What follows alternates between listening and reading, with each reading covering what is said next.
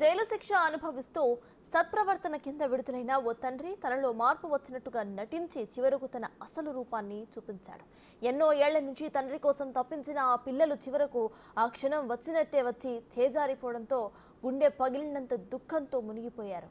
ఇంతకీ ఆ కర్కశ తండ్రి అసలేం చేశాడు? పిల్లలు తిరిగి అనాథాశ్రమానికి ఎందుకు చేరుకున్నారు? Let's watch the story.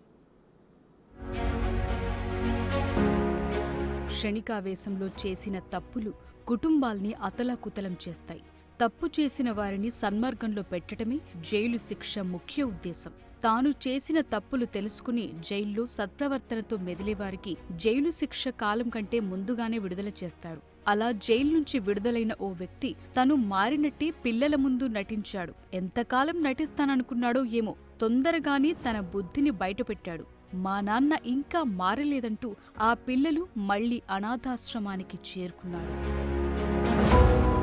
Karimnagar జిల్లా జమ్మికుంట మండలం వెంకటేశ్వరపల్లికి చెందిన సారయ్య క్షణికావేశంలో భార్యని హతమార్చాడు. దీంతో 2010లో పోలీసులు సారయ్యను అరెస్టు చేసి జైలుకు పంపారు. ఆ సమయంలో కుమార్తె పూజకి 5 సంవత్సరాలు, కొడుకు బన్నీకి 3 సంవత్సరాలు. చిన్నారుల కష్టాలు, కన్నీళ్లు చూసి అప్పటి సిఐ శ్రీనివాసులరావు జమ్మికుంటలోని స్పందన అనాథాశ్రమంలో చేర్పించారు. స్వచ్ఛంద సంస్థ నిర్వాహకుడు వీరస్వామి, శోభారాణిలే ఆ చిన్నారులకు అమ్మా నాన్న అయి ఆలనా పాలనా చూశారు. ప్రస్తుతం పూజ డిగ్రీ, బన్నీ ఇంటర్ చదువుతున్నాడు. సత్ప్రవర్తన కలిగిన ఖైదీలకు క్షమాభిక్ష పెట్టడంతో ఈ నెల 3న సారయ్యను విడుదల చేశారు. జైలు నుండి బయటకొచ్చి ఈ నెల 5న స్పందన అనాథాశ్రమానికి వచ్చి తన పిల్లలను చూసి కన్నీరు పెట్టుకున్నాడు. ఇలాంటి జీవితము అనుభవించడం చనిపోయిన శవం కిందికి లెక్కే కనుక కుటుంబాలతో చక్కగా సంతోషంగా సంబరంగా భార్య పిల్లలతో ఆనందంగా అందరితో సమాజంలో కలిసి సంతోషంగా ఉండాలని కోరుకుంటున్నాను. ఇక నుండి పిల్లల ఆలనా పాలన బాధ్యతలు తానే తీసుకుంటానని పిల్లలను తీసుకెళ్లాడు. తండ్రి మళ్లీ రావటంతో ఆ పిల్లలు మురిసిపోయారు. జమ్మికుంటలో ఓ ఇల్లు అద్దెకు తీసుకుని పిల్లల్నుంచాడు. మా నాన్న మారాడు, మా జీవితాలు మారాయి అని ఆ పిల్లలు సంతోషపడే లోపే అసలు రూపం బయటకు తీశాడు.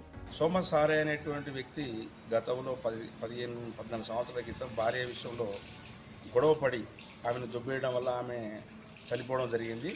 సో ఆ కేసులో 14 సంవత్సరాల యావజ్జీవ శిక్ష కోర్టు విధించడం అనేది, ఆ శిక్ష కాలంలో ఆయన సత్ప్రవర్తన కింద ఈ నెల 2004 జూలై 3వ తారీఖున ప్రభుత్వం ఆయన విడుదల చేసిందని చెప్పేసి 4వ తారీఖు ఉదయం మా దగ్గరికి వచ్చిండు. నా పిల్లలని తీసుకుపోతారని చెప్పేసి మా దగ్గరికి వచ్చిండు. అట్లాగే పిల్లలను కూడా నేను అడిగాను, మరి మీ నాన్న వచ్చిండు బిడ్డ, మరి మీరు అని అంటే, మేము 15 సంవత్సరాలు మా తండ్రికి మేము దూరంగా ఉన్నాం, బాల్యం నుంచి మా తండ్రి మమ్మల్ని తీసుకుపోతారంటున్నాడు, మేము కూడా ఆయన వెంట వెళ్ళడానికి మేము సిద్ధంగా ఉన్నాం అని చెప్పేసి పిల్లలు కూడా ఆనందాన్ని వ్యక్తపరిచిండు, మన అభిప్రాయాన్ని కూడా వ్యక్తం చేసిండు.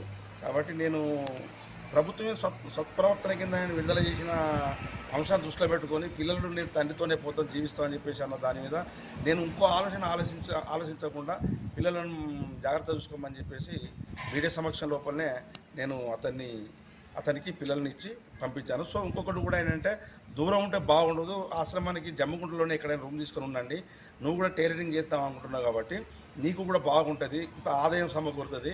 అట్లాగే ఇంకొకటి ఏంటంటే, పిల్లలు కాలేజ్ చదువుకునేది కూడా ఇక్కడ డిగ్రీ, పూజేమో డిగ్రీ చదువుతుంది ఫైనల్ ఇయర్, బన్నేమో ఇంటర్మీడియట్ సెకండ్ ఇయర్ చదువుతున్నారు. అన్ని రకాల జమ్మికుంటలో బాగుంటుంది కాబట్టి జమ్మికుంటలో ఎక్కడైనా ఇల్లు కిరాయి తీసుకొని ఉండండి అని చెప్పేసి నేను అనడం జరిగింది. ఆ మాటను వాళ్ళు కూడా పరిగణలోకి తీసుకొని ఇక్కడనే ఉందామంటే రూమ్ కిరాయి తీసుకొని ఇక్కడ శ్రీరామపల్లె క్రాస్ మీద ఓ ఇల్లు కిరాయి తీసుకొని ఉండడం జరిగింది. అది ఇక్కడ 4వ తారీఖు నాడు సాయంత్రం ఇక్కడి నుంచి వాళ్ళు షిఫ్ట్ అయిపోయిండు ఆశ్రమం నుంచి. తర్వాత మళ్ళీ 6వ తారీఖు సాయంత్రం అతను 6వ తారీఖు ఉదయమే హైదరాబాద్కి వెళ్ళేస్తా బిడ్డ, నాకు కొంత అంటే అమౌంట్ వచ్చేది ఉంది, నేను వెళ్ళేస్తా అని చెప్పేసి 2-3 రోజులైనా వస్తాను పిల్లలను వదిలిపెట్టి వెళ్ళిపోయాట. 3 రోజులు గడిచిందో లేదో జైలు అధికారులు తనను రమ్మన్నారని హైదరాబాద్కు వెళ్లిపోయాడు. ఈ నెల 9న పిల్లలకు ఫోన్ చేసి తాను హైదరాబాద్లోనే పని చూసుకున్నట్లు తెలిపాడు. మరో పెళ్లి చేసుకుని అక్కడే ఉంటానని చెప్పటంతో అక్క తమ్ముళ్లు షాక్ తిన్నారు. ఇకపై మీకు నాకు సంబంధం లేదు, ఆధార్ సర్టిఫికెట్లలోనూ తండ్రి పేరు తీసేయండి అని చెప్పి ఫోన్ పెట్టేశాడని పిల్లలు వాపోయారు. పిల్లలిద్దరూ తీవ్ర ఆవేదనకు లోనై ఎటు వెళ్లాలో తెలియక తిరిగి ఆశ్రమానికే వెళ్లిపోయారు. ఎవరి కోసమైతే వెయిట్ చేస్తానమో ఈ సంవత్సరంలో ఆయన వచ్చిండు, మా డాడీ వచ్చి మమ్మల్ని తీసుకుపోతా అని అగ్నిపత్రం కూడా రాయించి మేము కూడా డాడీ వచ్చిండు కదా అని ఆనందంగా, అయితే మారిపోయిండు కావచ్చు 15 సంవత్సరాలు ఉన్నాడు కదా, మార్పు కొంచెమన్నా వస్తుందని మేము కూడా మారిపోయిండు కదా అని పోయినాం. డాడీ ఆ హ్యాపీనెస్ వేరుంటుంది. అట్లా పోయినాక 2 రోజులు కూడా మమ్మల్ని 3 రోజులు కూడా చూసుకోలేదు సార్. ఆ తర్వాత ఇక మీరు నా బిడ్డలు కాదు, నేను మీ తండ్రిని కాదు అనుకుంటా మమ్మల్ని మోసం చేసి వేయండి సార్. మళ్ళీ వేరే పెళ్లి కూడా వేసుకుంటున్నాడు సార్ వాడు. మీరు నా పిల్లలే కాదు, అసలు ఆధార్ కార్డు ఉన్న అన్ని సర్టిఫికెట్లలో నా పేరు తీసేయరు, సన్నాపే తీసేయరు అనుకుంటా అన్నాడు సార్. 2వ రోజున జైలు నుంచి ఫోన్ వచ్చింది, సారయ్య నీ బ్యాలెన్స్ మనీ ఉన్నాయి ఇంకా తీసుకెళ్ళదు అని ఫోన్ వస్తే తెల్లారిపోయి నేను పోయేస్తా బిడ్డ అని చెప్పి పోయాడు. మళ్ళీ తెల్లారి ఫోన్ చేసి నేను ఇక్కడనే పని చూసుకొని స్థిరపడ్డాక నేను వస్తా అన్నాడు. మళ్ళీ అదే రోజు సాయంత్రం ఫోన్ చేసి మీరు నాకు బిడ్డలు కాదు, నేను మీకు తండ్రిని కాదు, ఆధార్ కార్డులలో వేరే ఏ సర్టిఫికెట్ అయినా నా పేరు తీసేయండి, నేను ఇంకా వేరే పెళ్లి చేసుకొని ఇంక 2 పిల్లలను కదా, నా ఆస్తులన్నీ వాళ్ళకి రాసిస్తా అని మాతో ఫోన్లో మాట్లాడాడు. అనాథలుగా పెరిగిన తమకు తండ్రి తోడుగా ఉంటాడనేసరికి కొండంత ధైర్యం వచ్చిందని, కాని ఇప్పుడు ఆయన ప్రవర్తనతో మరింత బాధ కలుగుతోందని కన్నీరు మున్నీరవుతున్నారు ఆ పిల్లలిద్దరూ.